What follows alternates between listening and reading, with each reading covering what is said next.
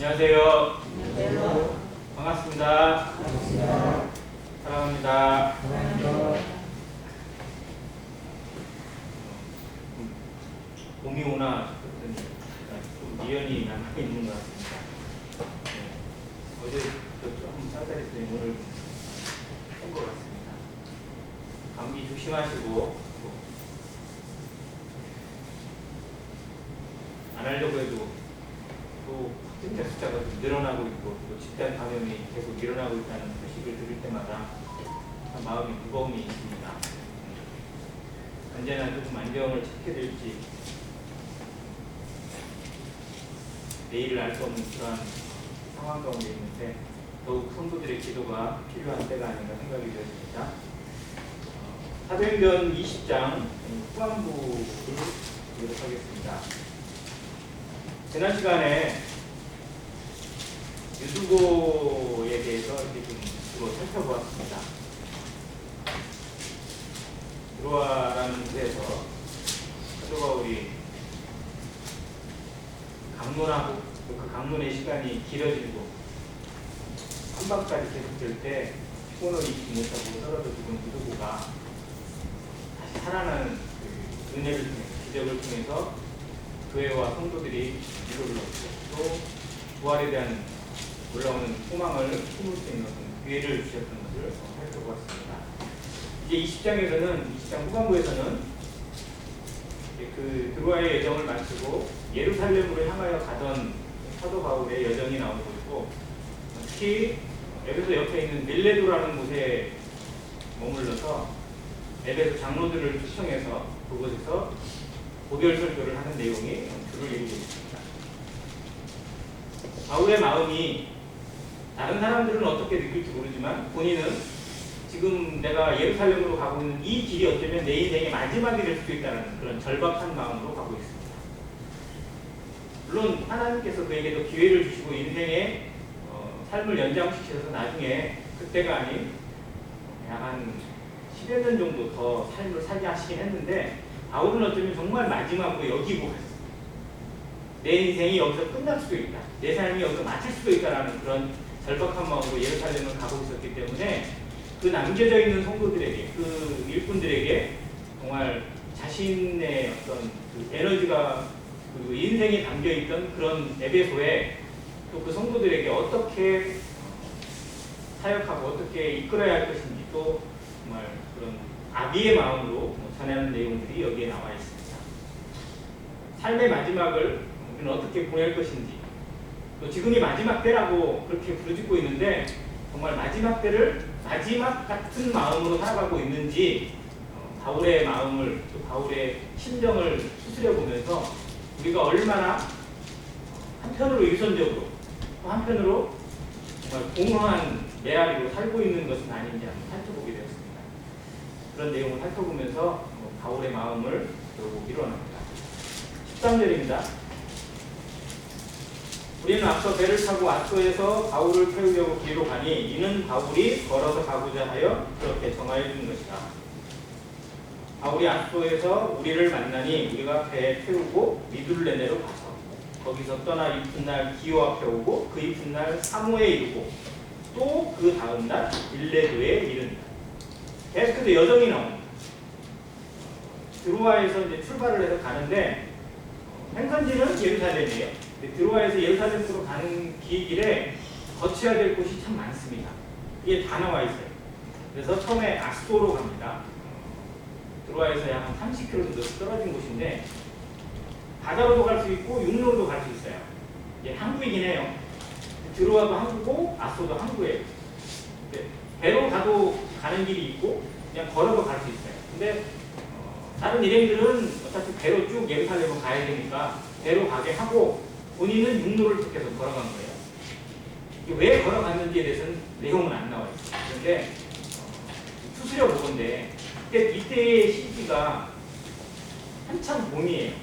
왜냐하면 뒤에 보면 이제 오순절날 예루살렘에 들어가려고 계획하고 지금 여정을 잡고 있기 때문에 6월절이 약간 지난 한 4월경 그런 봄의 때라고 얘기할 수 있어요. 그때쯤에 이 지중해 연안 그리고 특히 이곳이 지금 에게해 인근이거든요. 그리스나 그 발칸반도를 여행을 다녀오신 분은 알지만 에게해 부분이 정말로 세상에서 가장 아름다운 해변이라고 얘기합니다. 그리고 이 드로아에서 이 아수까지 가는 그 길이 참 아름다운 길이래요.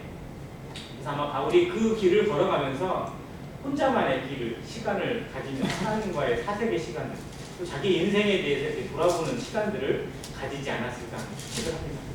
추측이에요. 사실이 그렇게 됐다고 나와 있진 않은데, 그러나 정말로 성도들에게 있어서 여러 사람들과 함께 교제하고 여러 사람들과 함께 일하는 그 시간들도 참 중요하지만, 혼자만의 시간, 어떻게 보면 고독해 보이고 외로워 보이지만 하나님과의 시간, 하나님 앞에 자신의 삶을 돌아보고 또 하나님의 뜻을 분별하고 하나님과 대화하고 하나님과만의 누리는 묵상의 시간이 성도들에게 참 중요합니다. 그래서 때로는 성도들은 골방에 들어가야 하고 또 혼자만의 어떤 그런 사색의 시간이 필요합니다. 그걸 외로움이 아니라 정말 진정한 하나님의 마음을 배우는 그런 시간, 진짜 재충전이 되고 삶의 새로운 호흡이 되는 그런 시간이 아닐까 생각이 들어요. 그래서 성도들이 가끔 산을 또 좀 좋은 들판을 이렇게 걷는 모습들은 참 아름답지 않나 생각이 되어집니다. 그렇게 해서 아소로 가고 아소에서 미둘렌으로 가고 미둘렌에서 기호 앞에 이르고 또 사무에 들르고 그 다음 밀레도로 갑니다. 다 하루씩 걸려요. 그러니까 그냥 하루 만에 갈 만한 거리들을 계속 기록해주고 있는 거예요. 그냥 쭉 해서 그냥 밀레도에 갔다 이렇게 해도 되는데 바울의 마음이 정말 어떻게 보면 하루하루의 일정을 촉박하듯이 쉬지 않고 가는 걸음들을 보여주고 있어요. 이 거리들이 예를 들어 볼게요. 아소에서 미둘레네까지 길이가 약 70km예요. 70km를 갔다는 것은 쉬지 않고 간 거예요. 100길이지만.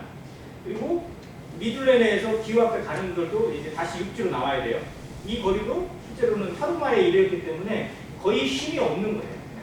어떤 쉼이나 휴식이나 이런 것 차원이 아니라 계속해서 자신의 길을 재촉하고 또 하나님 앞에 이르는 어떤 그런 거를 꾸준하게 달려가고 있는 모습을 계속 그려주고 있습니다.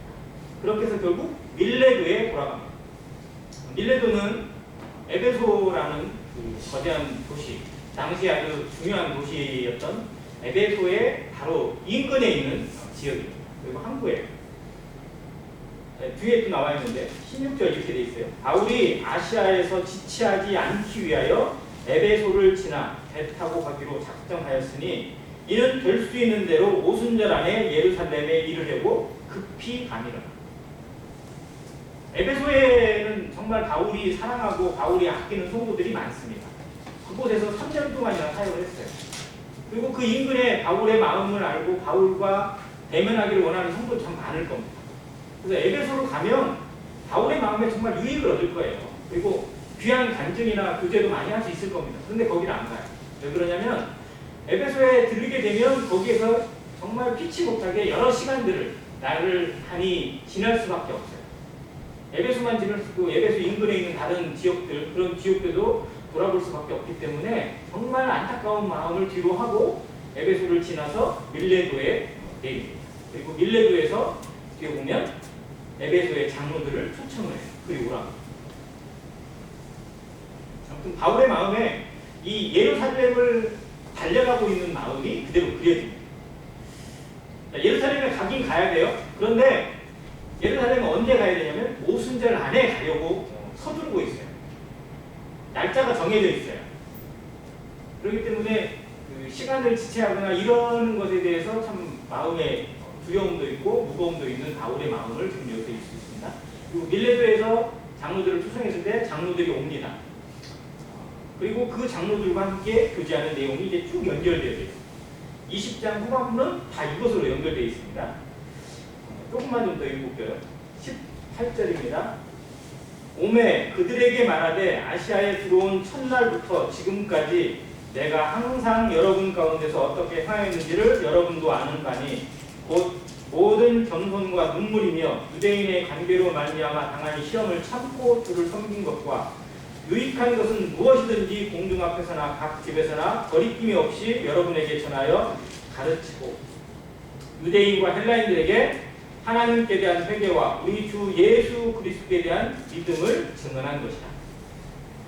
자신의 지난 삶을 그들에게 있는 그대로 간증하며, 우리가 흔히 이것을 성경이 뭐라고 했냐면 사도 바울의 고별설교라고 이렇게 얘기를 해놨어요. 고별설교라는 말은 이제 작별 인사를 하고 어쩌면 생애 마지막 인사를 하고 유언과 같은 당부의 말을 남기는 것입니다. 성경은 정말 많은 사람들의 고별을 또 그들의 마지막 인사를 기록을 해놓더라는 거예요. 여러 삶도 기록이 되어 있지만 특별히 마지막에 당부, 정말 떠나면서 유언과 같이 남기는 말들을 어쩌면 그게 정말 그의 인생이 담긴 주옥 같은 말이잖아요. 만약 우리가 정말 자녀들을 놔두고 떠나야 된다, 그런 부모의 마음이라면 자녀에게 무슨 말을 남겨주고 싶으세요? 그래서 실제로 좀 지혜로운 사람은 미리 자신의 유언을 적어놓는다고 합니다.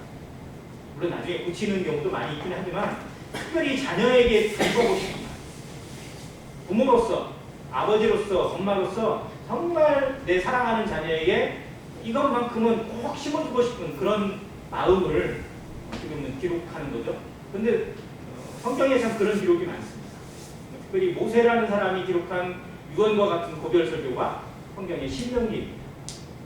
신명기에는 물론 많은 율법도 기록되어 있지만 모세가 이제 하나님의 말씀을 듣고 떠나야 돼요. 이 백성들 얼마나 많은 사람들이에요. 장정만 60만이 넘는 사람들을 남겨놓고 자신은 이제 하나님의 부르심을 받고 가야 돼요. 그들에게 당부하고 싶은 말들이 신명기에 담겨져 있습니다. 다윗이라는 왕이 특별히 이제 솔로몬에게도 당부를 하긴 했는데 자신의 삶이 마지막이 다 되었음을 알고 당부하고 남긴 말의 기록들이 역대상 후반부에 쭉 나와 있어요. 그래서 역대상을 읽다 보면 다윗의 생애, 다윗의 마음, 다윗의 정말 애절한 것을 많이 읽어낼 수 있습니다. 솔로몬도 지금 좀 여러 가지 굴곡을 많이 살았는데 솔로몬도 그런 것을 남겼어요. 솔로몬은 이제 자신의 자손이 아니라 어떻게 보면 모든 인생에 남긴 하나님의 지혜로 남긴 유언과 같은 기록이 있는데 그것이 전도서. 신약으로 와도 사도 바울이 이 사도행전 20장에 남긴 고별설교가 있고 또 우리가 아는 것처럼 디모데 후서를 남겼어요. 베드로 후서가 유언의 말씀입니다. 그가 죽기에 바로 직전에 기록한 서신이에요. 예수님도 고별설교를 남기셨는데 그 기록이 요한복음 14장부터 17장까지 기록입니다. 우리가 정말 성경을 다 똑같은 말씀으로 대하지만 특별히 그 사람에 대해서 그의 어떤 삶에 대해서 더 알고자 한다면 그런 고별의 내용들, 유언의 내용들을 더 자세히 보면 정말 그의 마음, 또 하나님의 마음을 아는데 더 유익하다고 생각이 들어집니다. 아무튼 여기에 뭐라고 기록됐냐면 내가 지금까지 너희와 함께 지내면서 정말 어떻게 지내왔는지, 어떤 마음으로 살았는지, 어떻게 섬겼는지, 어떻게 너희들을 가르쳤는지를 기록해주고 있습니다. 근데 거기에 정말 마음에 와닿는 게 19절에 곧 모든 겸손과 눈물의 표현입니다. 그가 그들과 함께 섬기면서 그들을 가르치면서 그들을 양육하고 복음을 전하면서 가졌던 가장 깊은 태도는 뭐였냐면 겸손과 눈물입니다.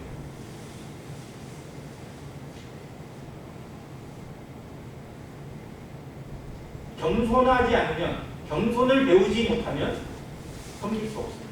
가르칠 수 없습니다. 세울 수 없습니다. 그리고 인도할 수 없습니다. 하나님의 모든 사역은 겸손이 기본이고 겸손이 완성입니다. 지금까지 성경의 사람들, 하나님 앞에 쓰임받은 사람들의 모든 생애를 돌아보면 하나님이 그들을 어떻게 낮추셨는지, 그들에게 어떻게 하나님의 마음을 배우게 하셨는지, 어떻게 겸손을 마음에 체득하게 하셨는지를 볼 수 있습니다. 그리고 그 겸손에서 미끄러진 사람들, 즉 교만이 싹이 트고 교만의 열매를 맺은 사람들은 한결같이 정말 마지막이 부끄러움으로 나왔습니다. 대표적인 사람을 우리가 사울 왕으로 꼽을 수 있습니다. 그리고 정말 잘 나가다가 그렇게 미끄러져 간 사람들의 대부분이 뭐냐면 교만이 그들에게 침투되어져서 망했다는 것을 우리가 알고 있습니다. 그래서 성도의 삶에 있어서 반드시 붙들어야 되고 지켜야 될 정말 인격이 뭐냐? 바로 겸손입니다. 그리고 그 겸손함이 무엇으로 나타나냐면 눈물로 나타납니다. 영혼을 사랑하고 성도들을 사랑하고 인생을 사랑하고 그리고 정말 그러한 모든 것들에 대한 안타까움을 가지고 흘리는 눈물. 예수님이 이 땅에서 사시는 동안에 참 많은 눈물을 흘렸습니다. 성경이 정말 심한 경우에는 어떻게 되냐면 통곡이라고 표현을 했을 정도로 예수님은 하나님이셨지만 정말 많은 눈물로 세상과 사람들과 교류하셨고 사람들을 품으셨습니다. 그리고 그 눈물은 어디서부터 왔냐면 예수님의 겸손으로부터 왔습니다. 성도들의 삶에서 정말 이 눈물과 겸손이 우리 삶에서 참 잘 지켜지고 또 배워지고 얻어지기를 원합니다. 그런 것으로 나타나서 정말 위선적이고 가식적인 눈물이 아니라 정말 그 영혼을 향해서 뜨거움이 그리고 하나님의 마음에 담겨있는 눈물이 우리 마음에서부터 흘러나서 정말 하나님 앞에 기도가 되어지고 하나님 앞에 통곡이 되어지고 하나님 앞에 무릎이 꿇려지는 그런 순종으로 나타나기를 원하는 마음이 있습니다. 그렇게 했을 때 저는 시험을 참았습니다. 어떠한 일이 주어져도 참았고 그리고 자신을 위해서가 아니라 바로 그 성도들을 위해서 교회를 위해서 그리고 그 어린 양들을 위해서 모든 것을 견뎠던 것을 보여줍니다. 그리고 21절 우리에게 좀 중요한 교리 중에 하나가 유대인과 헬라인들 이 두 세계는 하나님 앞에 모든 인생을 의미하는 것입니다. 유대인과 이방인들 유대인과 헬라인들 즉 당시에 복음을 듣고 하나님 앞에 하나님의 나라를 이루어야 될 정말 중요한 인물들을 유대인과 헬라인으로 그렸어요. 즉 유대인뿐만 아니라 모든 사람들에게 뭘 전했냐면 하나님께 대한 회개와 예수 그리스도에 대한 믿음을 전했습니다. 참다운 복음의 결실이 이 두 축으로 이루어집니다. 때로는 우리가 너무 예수 그리스도의 십자가만 이 피복음이라고 얘기하고 피보혈로 얘기하는데 이 예수 그리스도에 대한 믿음만을 지나치게 강조한 나머지 하나님 앞에 대해 내가 얼마나 큰 죄인인지 얼마나 무서운 죄인인지 정말 저주를 받아 마땅하고 지옥에 던져져 있는 것이 너무나 마땅한 죄인이라는 사실을 자각하지 못하고 그저 예수님의 십자가만 믿으면 끝나는 것처럼 착각하게 만드는 것도 정말 잘못하는 것입니다. 우선은 무엇이 필요하냐면 하나님 앞에 내가 죄인이라는 사실을 깨달아야 합니다. 내가 얼마나 하나님 앞에 죄인인지 얼마나 하나님 앞에 반역했고 하나님을 무시했고 하나님을 거역하고 살아왔는지 그것이 얼마나 큰 죄인지를 아는 것 그리고 그것을 회개하는 것 그리고 그 회개의 통로가 길이 어디로 열리냐? 그리스도를 통해서 예수를 통해서 믿음으로 열린다는 것을 알게 돼야 된다. 그래서 우선은 그리스도의 십자가를 알리는 게 중요한 게 아니고 죄인이라는 사실 죄가 무엇인지를 알리는 것이 어쩌면 더욱 중요한 것이 아닌가 하는 생각을 하게 됩니다. 이 두 원리를 우리 삶에서도 참 적용해서 구도자들에게 또 성도들도 마찬가지입니다. 정말 때로는 우리가 그냥 어떻게 보면 너무 단순하게 그리스도의 십자가 그리고 그 피만 생각해서 구원 받는 경우도 있어요.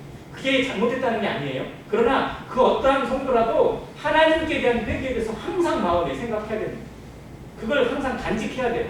그리고 자신 하나님에서 돌아봐야 됩니다. 여전히 내가 죄 가운데 있고 죄를 버리지 못하고 있고 죄 가운데 묻어져 있는 이것에 대해서 하나님 앞에 정말 다시 한번 돌아보고 회개의 마음으로 그래서 우리 마음을 깨끗하게 더욱 날마다 씻어내는 그런 것이 필요하다는 것입니다. 22절부터 그가 하는 절박한 내용이 나오는데 보라 이제 나는 성령에 매여 예루살렘으로 가는데 거기서 무슨 일을 당하는지 알지 못합니다.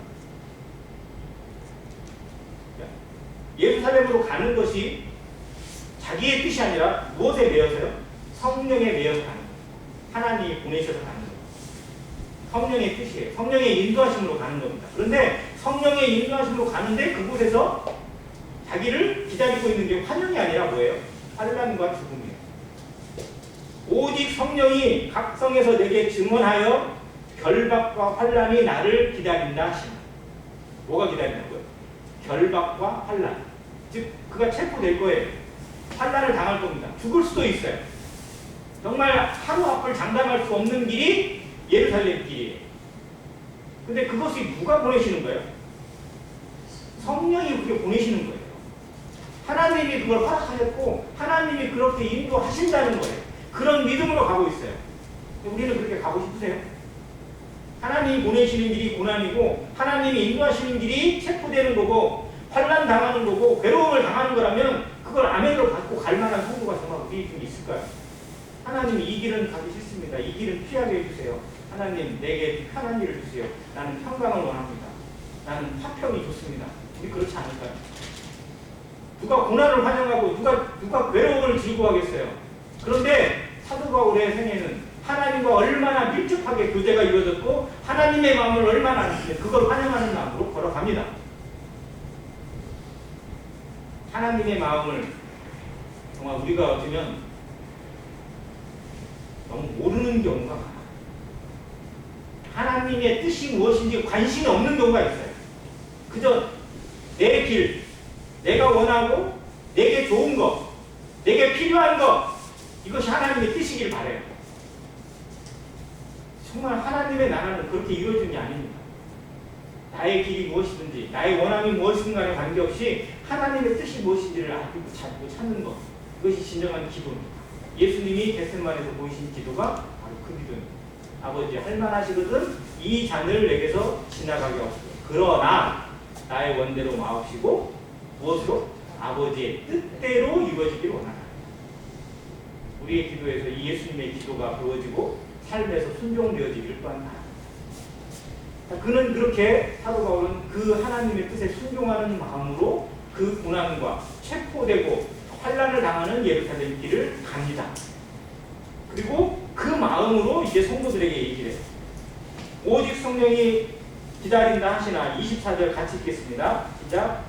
내가 달려갈 길과 주 예수께 받은 사명 곧 하나님의 은혜의 복음을 증언하는 일을 마치려 하면은 나의 생명조차 조금도 귀한 것으로 여기지 아니하노라. 그러면 이 24절이 사도행전 전체를 통해서 가장 핵심적인 말씀이기도 합니다. 사도들이 어떻게 살았는지, 성령이 사도들의 마음을 어떻게 주장했는지, 그리고 그 복음을 전하고 복음에 동역하고 복음을 위해 헌신했던 사람들이 어떠한 태도로 살았는지를 보여주는 말씀이 2절입니다. 내가 달려갈 길과 주 예수께 받은 사명 곧 하나님의 은혜의 복음을 전하는 일을 마치려 하면은 무엇조차 나의 생명조차 조금도 귀한 것으로 여기지 않는다고 고백합니다. 그래서 여기에서 나온 주제가 생명보다 귀한 뭐라고요? 사명입니다. 생명이 귀해요? 사명이 귀해요? 예수님이 생명이 귀해요? 사명이 귀해요? 생명이 귀하죠, 당연히.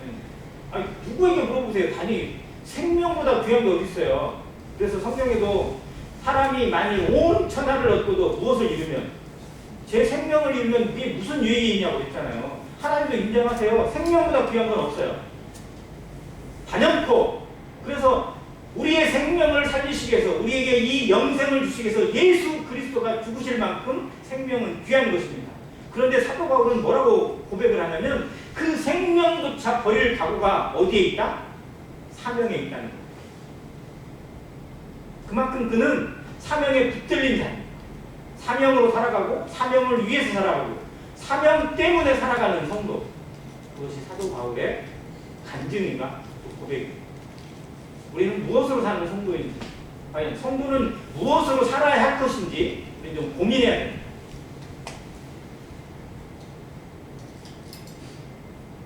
나는 왜 여기에 남겨져 있는지, 왜 우리에게 하나님께서 호흡을 허락하시고 인생을 허락하시고 재능을, 은사를, 그리고 무엇인가 에너지를 허락하셨는지, 하나님이 나에게 원하시는 건 정말 무엇인지, 하나님이 나에게 사명을 주셨나요? 안 주셨나요? 우리는 사명 안 받았나요? 한번 묻겠습니다. 구원받은 성도 중에 사명을 안 받은 성도도 있다 생각되세요? 그런 성도도 있을까요? 없습니다.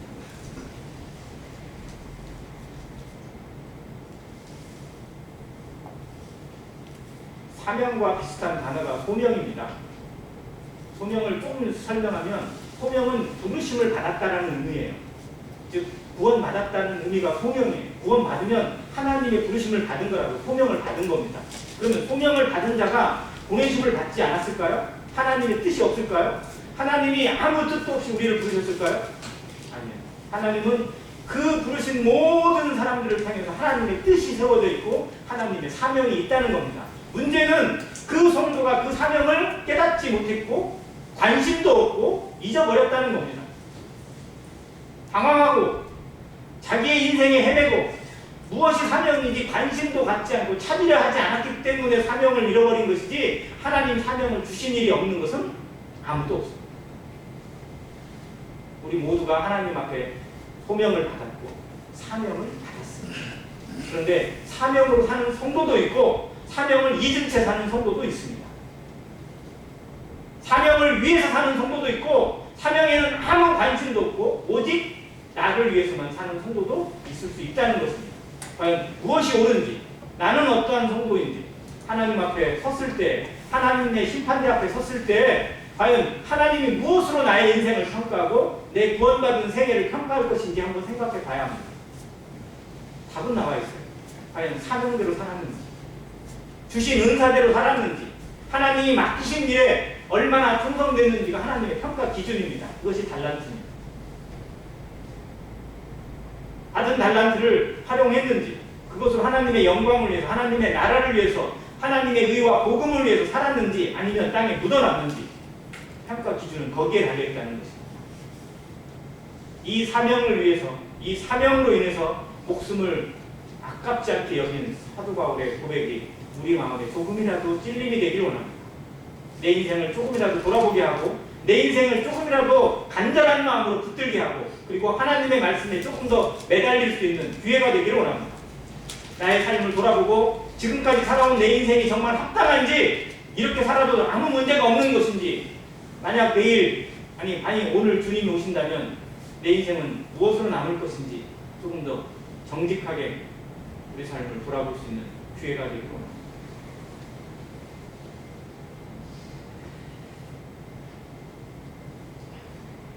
이제 자신의 간증을 하고 자신의 삶을 그들의 앞에 다 있는 그대로 토로하는 사도 바울이 그들을 위해서 이제 권면의 말을 합니다.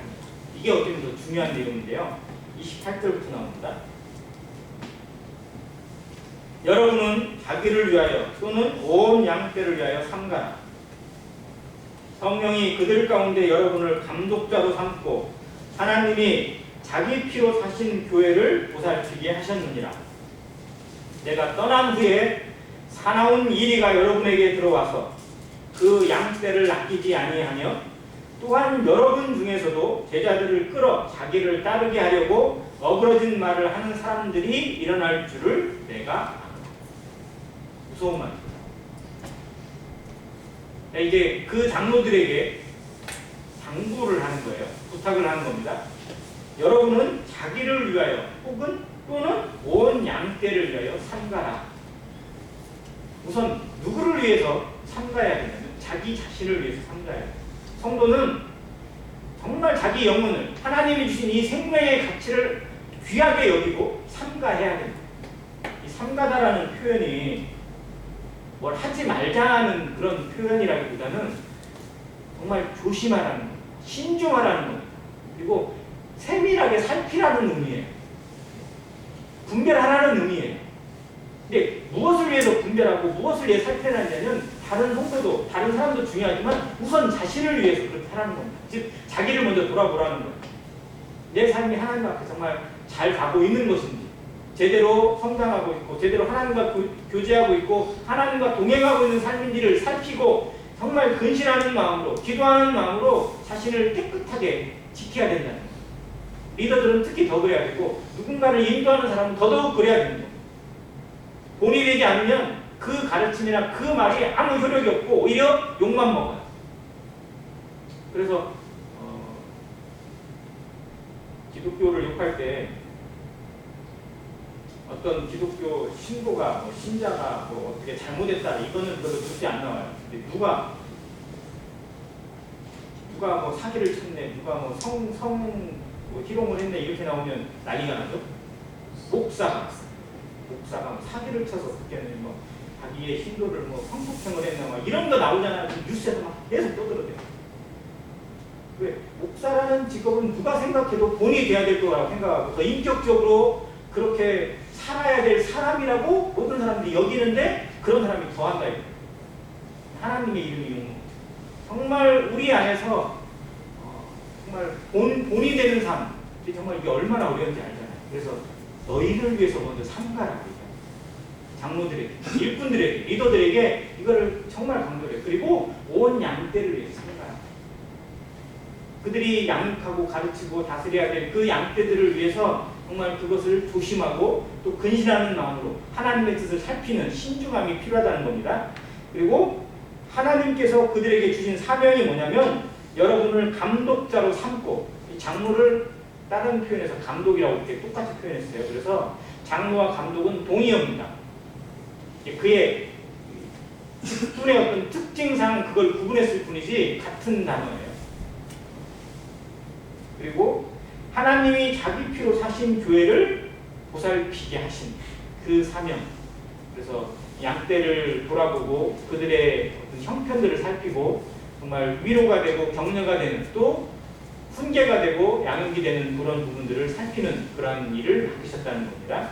그런데 뒤에는 뭐가 나오냐면 내가 떠난 후에 누가 오냐면 누가 찾아올 거냐면 사나운 이리가 이 안에 들어올 것이다라는 걸 사도 바울이 알고 있어요. 교회는 끊임없는 공격을 받습니다. 성도도 마찬가지. 누가 공격하죠? 사단 마귀가 가만히 두질 않아요. 성도를 가만두지 않고 장로들도 가만두지 않고 교회 안에 어떻게든 죄를 뿌리기 위해서 거짓을 뿌리기 위해서 계속 기회를 탑니다. 그래서 창세 이후로부터 아니 하나님의 몸된 교회가 생겨난 이 초대교회 이후로부터 교회는 지금까지 항상 공격을 받아왔고 지금도 공격을 받습니다. 그 방법은 정말 다양해졌고 어마어마합니다. 지금은요 말도 못할 만큼 교회가 당하고 있어요. 저는 교회가 정말 사단의 농락에 지금 놀아나고 있는 시대라고 저는 생각이 들어요. 정말 어떻게 보면 교회가 정신 못 차리고 그냥 그렇게 상태로 그냥 막 계속 매맞고 있는 것 같아요. 코로나 때문에 더더욱 심해졌어요. 말도 안 되는 어떤 이상한 것들이 막 나타나가지고는 계속해서 그냥 말 안 듣고 이상한 거 하고 뭐 그냥 그래가지고 온 국민에게 정말 복음을 듣고 하나님 앞에 돌아와야 될 그 영혼들에게 손가락질 받고 하나님의 이름이 모독을 받게 그렇게 돼 있어요. 정말 끝이 없더라고요. 혹시 요즘에 최근에 뭐 문제 났던 저 경기도 쪽에 나온 영생교단 뭐 들어보셨어요? 그게 그 전주에 있는 영생교회 그거 아무 관계도 없어요. 정말 이상한 데예요. 제가 봐서는 그건 완전히 민속 우리 그 사립 뭐라고 그러죠? 우리 무속 신앙하고 이렇게 같이 결부되어 있는 그런 이상한 집단이에요. 근데 거기에서 또 그냥 막 퍼지잖아요. 근데 말로는 기독교 교단으로 되어 있어요. 또 이렇게 그러다 보니까 그냥 교회가 동통 욕을 먹는 그런 상황이 계속되고 있어요. 자, 사나운 이리는 계속해서 틈을 타고 있고 구멍을 내고 있습니다. 화전이라고 에베소서에 기록되어 있는데 화전을 쏘고 있어요. 계속해서 쏘고 있습니다. 쉬지 않고 당기고 있어요. 그 불화살을 믿음의 방패로 견뎌내지 못하면 막을 방법이 없어요. 그런데 정말 이 성도들이 이 육신 때문에 그걸 허용을 하는 거예요. 그 구멍을 허용하고 그 공격을 허용하고 그래서 그냥 내주는 거예요. 자기의 영역을 내주고 자기의 마음을 내주고 자기의 신앙을 내어주는 그런 어리석음이 나타나고 있습니다. 또한 30절에 보면 여러분 중에서도 제자들을 끌어 자기를 따르게 하려고 사람들이 많아지면 꼭 이게 나와요. 하나님을 믿는 하나님 앞에 영광이라고 이야기를 하면서 결국은 누구를 따르게 해요? 자기를 따르게 해요. 자기가 나오는 거예요.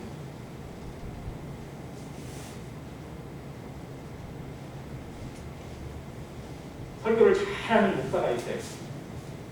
정말 막 설교가 막 정말 너무 유창하고 막 유익하고 재미있고 끝내준대요. 그러면 거기 사람 몰려요, 안 몰려요? 몰리죠. 그런 사람이 막 TV도 나와서 막 얘기해요. 막 인기 스타가 돼요. 정말 이 사람을 믿는 것, 이 하나님을 믿는 것이 좀 헷갈릴 때가 있어요. 근데 그 사람의 입에서 나오는 말에는 항상 하나님의 영광이 나오고 하나님이 나오긴 하는데 정말로 뒤로는 자기를 챙기고 있고 자기의 어떤 세력을 만들고 있는 것들이 나오고 있어요. 근데 그걸 경고하고 있어요. 여러분 중에서도 이런 사람이 나올 가능성이 있음을 내가 압니다. 그래서 조심하라는 겁니다. 정말 하나님의 마음을 배우고 내가 너희 앞에서 어떻게 행했는지를 다시 한번 살펴보고 그 마음을 잃지 않고 초심을 잃지 않고 그걸 지키기를 정말 간곡히 당부하는 내용입니다. 왜? 일꾼들이 무너지고 일꾼들이 사이가 갈라지게 되면 교회는 어떻게 돼요? 완전히 깨지게 되어요. 그래서 사단이 정말로 누구를 제일 먼저 타겟으로 삼느냐면 일꾼들, 장로들, 리더들을 우선 공격 대상으로 삼고 그 사이를 갈라놔요. 아주 사소한 것으로 의견 충돌이 나게 하고 서로 대화나 교제가 사라지게 만들고 서로 의심하게 만들고 그리고 자기 세력이나 이런 것 자체를 막 불리는 것들 그런 것들이 나타나게 됐을 때 교회는 정말 어려움을 겪게 돼요. 우리 모임들에서도 계속해서 그런 걸 우리가 경험해 왔잖아요. 네, 이거를 경고하고 있어요. 이게 교회가 완전하게 세워져 있기 전이지만 사도 바울의 영성은 이미 그걸 보고 있어요. 사단이 얼마나 이 교회를 무너뜨리기 위해서 하나님이 되어 있고 또 이런 일들이 계속해서 교회 안에 나타날 것을 알고 있습니다. 이것이 하나님이 주신 지혜이고 하나님의 성령으로 같은 영성이라는 거예요. 사람의 말이나 사람의 지식이 아니에요. 그래서 하나님의 마음에 합한 성도는 정말 어떻게 보면 좀 미래적인 예측의 어떤 그런 은사들도 하나님이 주시는 거예요. 그래서 이 시대가 어떻게 흘러갈 것인지 그런 것을 한번 생각해 보게 하고 그것 가운데 준비하게 하는 것들이 필요하다는 겁니다. 아무튼 이거를 그들에게 강조하고 있고 그것을 경고하고 있습니다. 그래서 권면하고 있어요. 그러면서 35절에 이렇게 있습니다. 검사 여러분에게 모본을 보여 준 바와 같이 수고하여 약한 사람들을 돕고 또 주 예수께서 친히 말씀하신 바 주는 것이 받는 것보다 복이 있다 하심을 기억하여야 할지니라.